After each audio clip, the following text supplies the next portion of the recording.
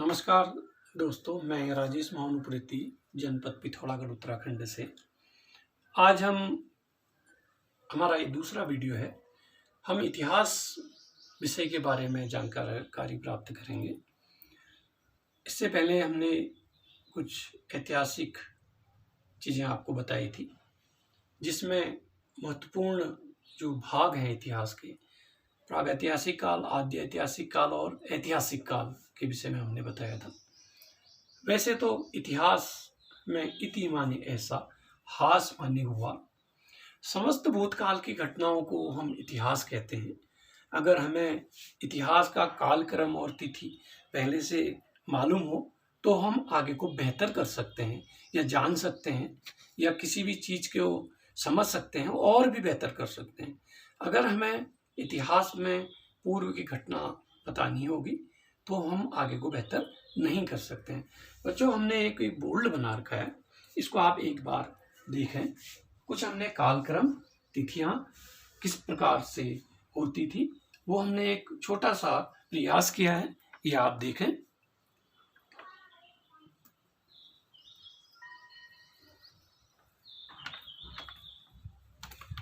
तो आपने जैसा ये देखा कि इतिहास में प्रागैतिहासिक काल, आद्य ऐतिहासिक काल और ऐतिहासिक काल, हमारे ये तीन भाग हैं। हमने प्रागैतिहासिक काल के बारे में आपको पहले वीडियो में बता दिया है। आज हम बताएंगे दूसरे आद्य ऐतिहासिक काल में। आद्य ऐतिहासिक काल में सिंधु घाटी की सभ्यता और वैदिक सभ्यता ये मुख्य हैं।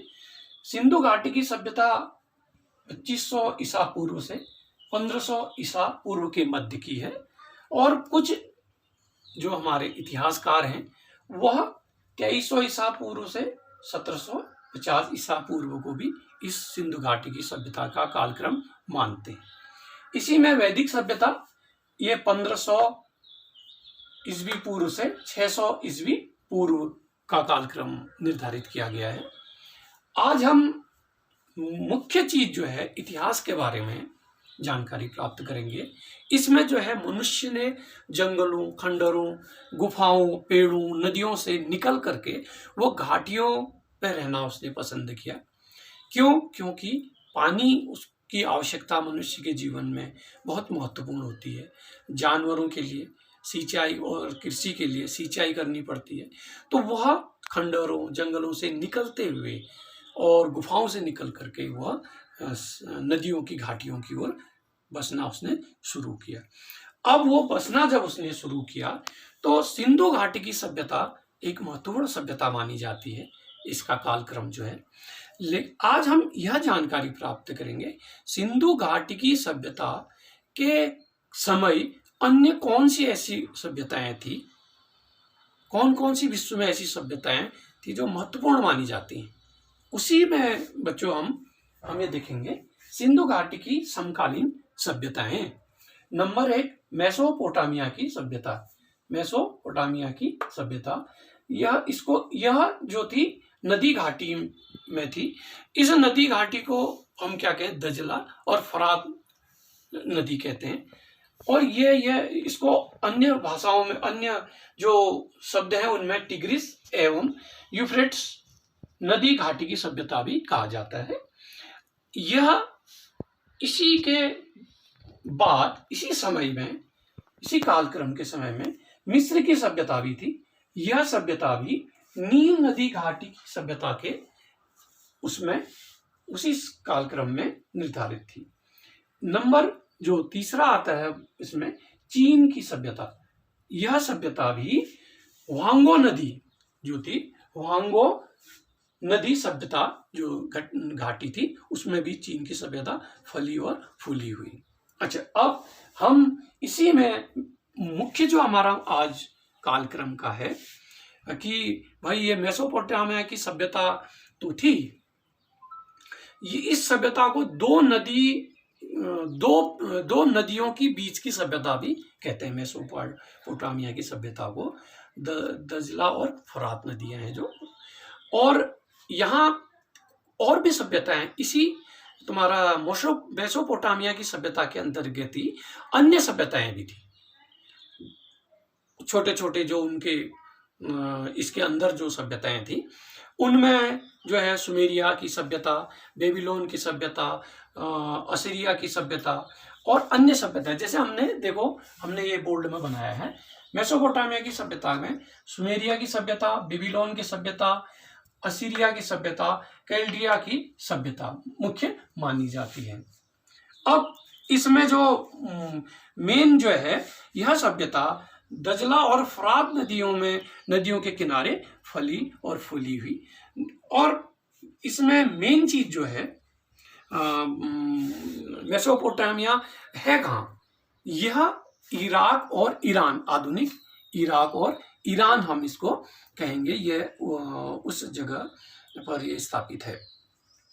दूसरा, इस सभ्यता से जो हमारा है, यह सभ्यता टिग्रिस एवं फरात और यूफ्रेट्स नदी के किनारे फली फूली, जैसा हमने आपको पहले बता दिया। इनका जो लोगों का जो मुख्य व्यवसाय था कृषि और पशुपालन था। यह सभ्यता जो है काशयुगीन सभ्यता भी इसको कहते हैं।